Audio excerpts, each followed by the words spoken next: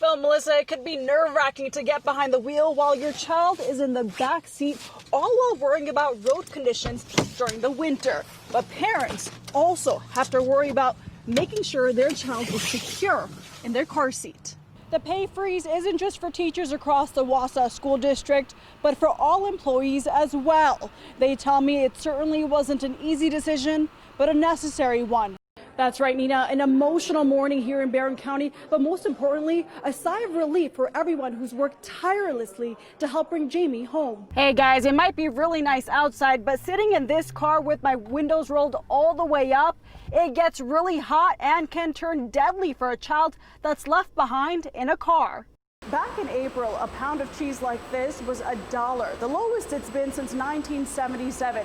And managers at Nasonville Dairy say that now in June, a block of cheddar like this is at $2.70 per pound.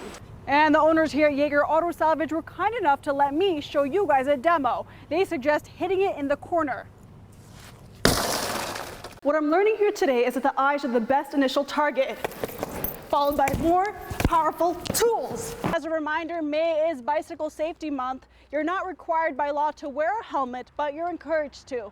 In Weston, Victoria Saha, News 9 WAOW. A simple walk along the riverfront may seem like the most ideal way to spend warmer days, but experts say fungal spores are hidden in plain sight, and when you breathe them in, it could turn deadly.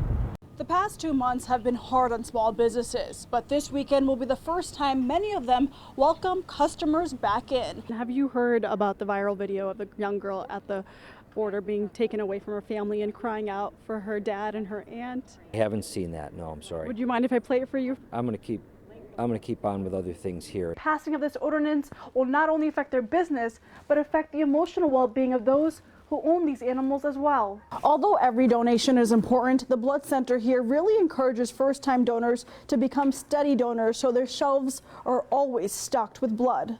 Well, Melissa, it could be nerve-wracking to get behind the wheel while your child is in the back seat, all while worrying about road conditions during the winter. But parents also have to worry about making sure their child is secure in their car seat.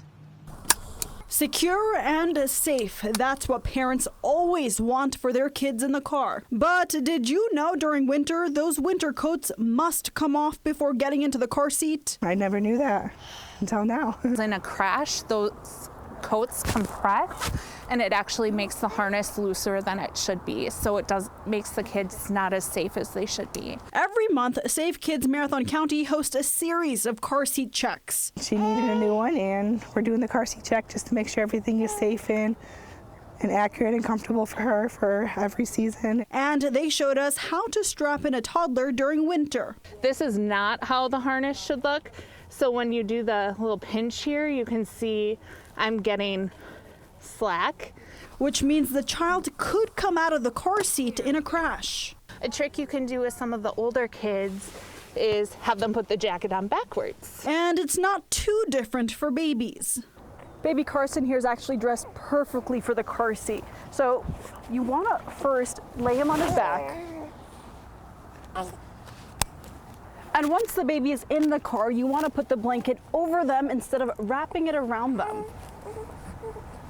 You want to do a pinch test, meaning once you pinch the strap, you don't want any excess material to grab on. The best way to dress them is in thin materials and have your car warmed up before they get in.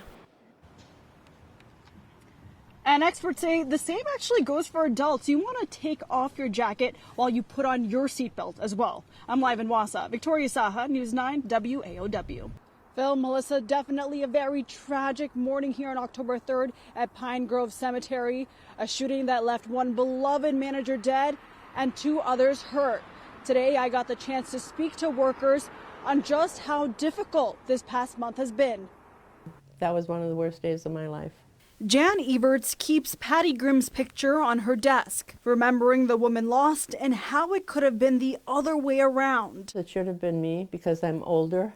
I have my grandchildren, I have my great-grandchildren. The morning of October 3rd, Jan was supposed to be working at the cemetery, but she called out sick. I kept texting Patty, And I knew something was wrong because Patty, even when she's out walking, answers her texts. The Pine Grove Cemetery was practically Patty's second home. She walked this cemetery every morning. She started about 6 o'clock and ended about 8:30, and then came into the office. And it was at 8:30 when she got shot. A shooting that shook the community, When you saw Patty come into a room, she always had a smile on her face. deeply impacting those still working. Pat Haskins is filling in as manager. The roughest day was the first day coming in here and sitting in her chair at her desk. Employees putting their grief aside to help others dealing with loss. You're just never prepared for that.